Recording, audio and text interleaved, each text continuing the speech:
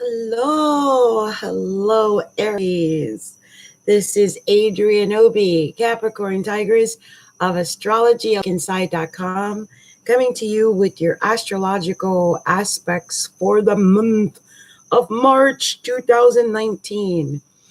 And don't know if I completed all my things that I need to put on this one, so I might be writing as I talk along here. It's like I forgot a couple of things, it seems. This may be slightly off. I must put the new moon here at 15 degrees. We will do that. And this is 29 degrees. 16 degrees. And then we have yes. Full moon 0, 0, 1, where and it's 0.09. Oh, sorry, you guys. I'm just into my thingy here. What I forgot to do is forgot to put the moon transits throughout the month of March, and I really didn't want to do that, and the movement of Venus, because that's major during the month of March. So let me go into this and start out the month and just let you know what's going on. First of all, Aries, let me tell you something. You guys have a lot going on. There's a lot of healing and changing. You know, this is so funny. I just realized what's going on right now. I have a friend who is an Aries, and he's been writing about how he's been losing weight and his ketone levels or something like that's been going well, and just getting fit all of a sudden. And I realized that Chiron, the wounded healer, is now in the natural first house of Aries. So you guys are healing. But the area you're healing is yourself. It's your physical body. It's your physical self. It could even be your persona, like just the essence of you is being healed. Now, it could have been an area of a deep wound. I was just talking to another sign about an area that's their wound. But in this case, it would be your actual physical self. And that's going to be the area of emphasis throughout most of 2019. I mean, Chiron's there. So what it does, it's going to go in there and it's going to make you aware, of course, of the areas that you want to heal. And then if with a lot of difficulty and courage, you should be able to heal that wound, because it is the wounded healer. And wherever it goes, it's healing. I always say wherever I see Chiron, I see tears, because it's true. It's somewhere that you've cried over, you've commiserated over, you're upset about it. And if it's your physical body, I understand completely what that's like. I was born with Saturn in the first house. I once was 500 pounds and in a wheelchair for 7 years. So I know what it's like to have a wounded body and feel that you're inferior or that there's something wrong with you physically. And you guys might be made to feel whatever the shortcomings are with your first house. You know, whatever that is. Or whatever the shortcomings are with your personality even. Or your ego needs. Or something of that nature. It's almost like how you assert yourself and your ability to be you, to assert you into the world around you is all being affected right now. And it's all being healed. It's all being healed. If that's been an area of difficulty for you, and I can see where it would be, because you're Aries. And Aries is the first house. And Aries tend to be larger than life. They're big personalities. And I can see where that could have been an area of deep concern. But now that Chiron's there, you're going to heal. that first house, and things are going to really start to perk up a little bit for you when it comes to that. Now, it might be painful. I'm telling you, it's not going to be easy. Chiron is not easy. It's the hard part that you never want to even look at, but you're being forced to. And there's tears and it hurts. It's like going to rehab. You know what I mean? I just, like, when I think of Chiron in the first house, I'm like, rehab.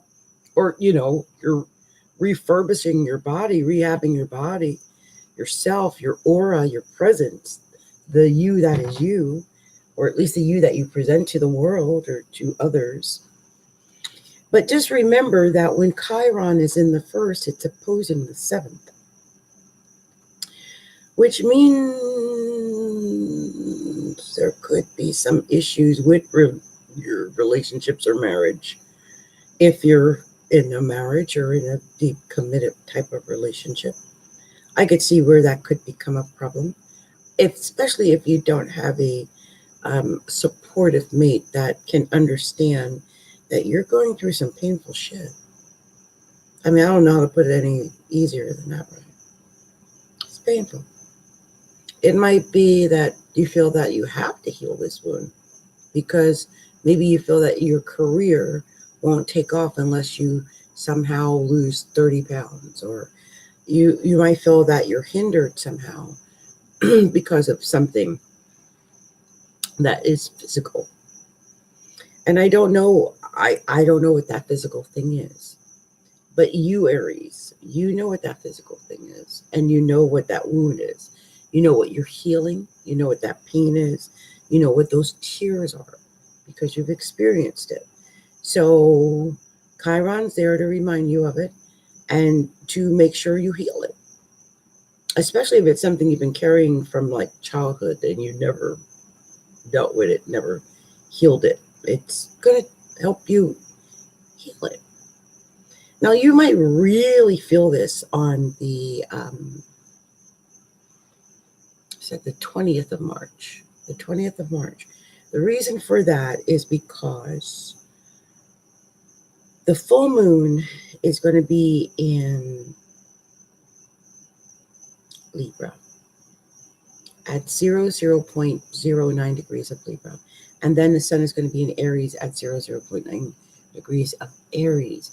But that just means that opposition between Libra and Aries begins almost from the very beginning of each sign. It's just an opposition. It's the first seventh house opposing each other in a very obvious way with the full moon opposing the sun. So be aware that there could be some issues, especially with your partnership around the full moon, which is the 20th. So I would say starting as early as the 18th, 19th, 20th, 21, 22, all around there. Give it like 5 days. And even then, some people stretch it out a week before. But, it's a big one because it's the seventh house. We know it's going to affect your partnership house, but how? How is that going on? Is it going to be a me versus thee situation or me and T situation since it's Libra?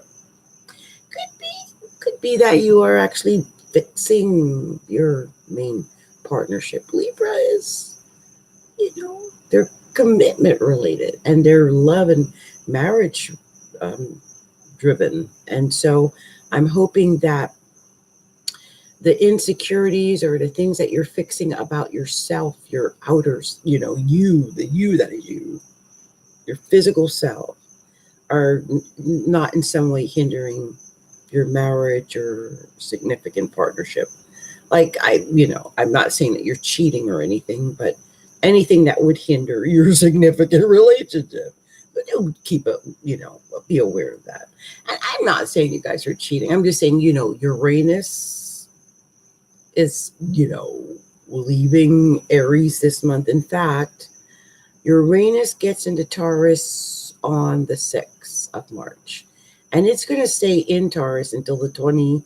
Well, it goes March 6th to 2019 up to July 7th of 2025. And then it pops out. It goes all the way up to April 7th, 2026, actually, in the end. So, we're looking at 7 years of having Mars not Mars, but Uranus in the second house. I'm thinking Mars is in the second house right now with Uranus, and I was going to get to that. But just be aware that you're going to have Uranus in the second house. That's going to affect a lot of things. But that's really going to affect like your money and your possessions and the things you own and your like your toys, your stuff, sensual pleasures. Really, sensual pleasures is really highlighted there, especially in the month of March because, well, Mars is there, and so it's just really your libido might be up a little high. In the month of March, I wouldn't put it past that. Especially once Uranus gets near, maybe it looks a little kinky to me, but that's just me. I'm just saying, I'm sorry. So fresh. One of the things, one of the things that does stand out to me though is that you guys still have that Saturn and Pluto up in the 10th house. It's affecting your career, of course. I think it's making you more professional. I think it's making you take your career much more seriously. With Pluto there, you really are coming into power. You are the power when it comes to your career. You most likely are your own boss. I just can't see anyone lording anything over a Pluto in the 10th house person. And if you are in a peon situation where you don't get to call the shots and you are not the boss, I just want you to be aware of any issues you might have with authorities or the authorities might be displaying toward you. And this could really be an issue with Saturn and Pluto basically conjunct in a way, you know, in the 10th house. Saturn's at home in the 10th house. Pluto's in power because it's sitting up in the 10th house. And they're both very powerful and actually very scary. I'm sure you probably scare the bejesus out of some people. If Pluto is sitting up in the 10th house, my goodness, even your boss is a little afraid of you, I'm sure. So what I hope that you are doing is that you're using the power of Pluto and the respectability of Saturn and that work ethic of Saturn that's sitting up in your 10th house that way. And you're using it to further your career and that you are really pushing yourself up above, far above your competitors because of your work ethic and the respect that you're gaining in your profession. I mean, here's the thing. There's two scenarios going on right now if you're an Aries. If you're an Aries, there's really, you're either your career, what you have worked on, what you have honed, what you have studied, what you have put all your sweat and tears and effort into over the years. If you have done those things, then right now, with Saturn sitting up in the pinnacle position of your, natural chart or of Aries, then I would say that you're experiencing like an extraordinary career rise, an extraordinary career rise, even though it's Saturn. Oh yeah, it's a lot of work, a hell of a lot of responsibility. But if you put in the work, you're being rewarded right now by Saturn because that's what it does.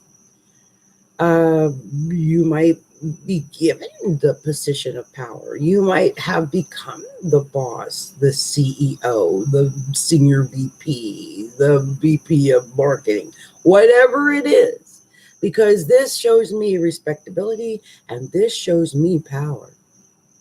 And if you're not embracing that, or you cannot handle that level of respectability and power, I fear that you may be having a really very tough time of things because Saturn would be teaching you a lesson about what it is you did not learn and what it is you did not do in order to attain your pinnacle right now.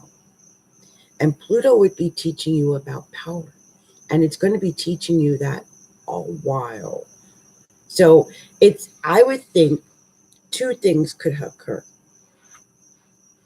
with Pluto in the 10th. It's either teaching you how to be the boss, how to manage your power, how to wield your power. With Saturn there, it's, keeping it at curtailing it and maybe making it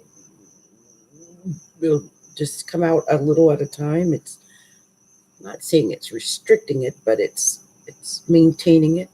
So you would be growing at a decent rate and not hopefully stepping on people. Saturn in the 10th house is known for being a tyrant. Pluto in the 10th house is known for being a tyrant. I'm trying to be as kind as I can. These are some mean ass aspects. But if they are handled right, wow. Such gorgeous power. Ooh. Somebody out there has worked hard at their craft. Somebody out there has honed their craft so well that they are experiencing what is known as the pinnacle. It's the pinnacle. It only comes around every 28 years. Most of us are not ready for it. But if you're someone who's old enough and wise enough and you've worked toward having respectability in your career and the respect of your peers and your boss and your managers and people like that, or just the respect of your clients because of the work that you provided to them, well, you're going to really experience that during March. And I think just overall, while Saturn and Pluto are getting closer and closer together, but March and April for sure. Definitely April and March. Wow. I think probably more April than March, but right now you're really feeling it already. And here's the thing about that. With Jupiter being in the 9th house in Sag, because Jupiter's at home in Sagittarius, it's just telling me that you're extra lucky if you've, like I said, if you've honed your skills, if you've gone to school, if you've gotten a proper education.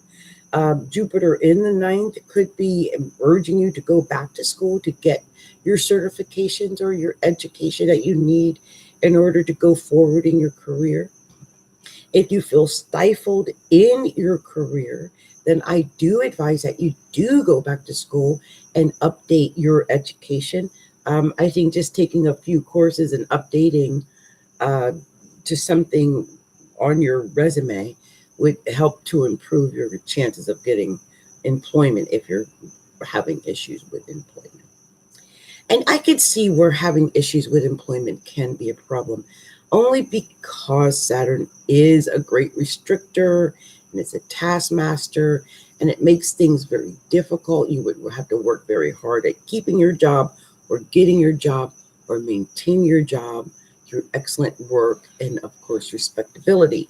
And the thing is, the North Node is in Cancer down at the opposite end of the horoscope. It's in the 4th house. So the North Node is saying, hey, spend more time with your family. Spend more time at home. Spend more time with the kids. Spend more time like renovating, decorating, doing things at home, nurturing, cooking food.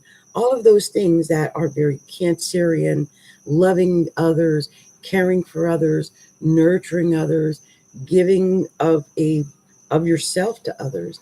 You're being asked to do that with the North Node down in the 4th house. And this is opposing that Pluto and that Saturn. And so there is that weird seesaw thing going on there. It could be that your career is demanding more of your time and your energy and your attention than your family wants or needs or deserves.